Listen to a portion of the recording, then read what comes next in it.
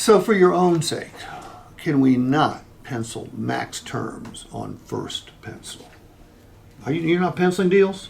They pencil, I present. Okay, well then, as a presenter, do you want to take max terms out on the first pencil? Not particularly, but the desk, since they're constructing that deal, saw their credit, feel that, I don't give a fuck. right, but I'm saying at the desk, I never showed it. This was a comeback. Hey, Okay, show me okay, the report. okay, but yeah. if Sebastian or him handed me a paper and said, It's go gonna present say these numbers, 36. I'm not going to look at them and go, fuck no, give me 48 months. Then I think you should, because you're responsible I'm not in for. that pay grade. You're closing the deal. The guy's my boss. No, look, you're closing the deal. The person closing the deal's got the highest pay grade, and, Yeah. and Sebastian is not going to argue with that.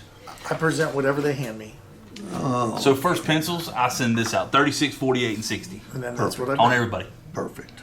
On a used car, I might shorten the terms up a bit. Now, if he comes back, hey, do you think we can do 72?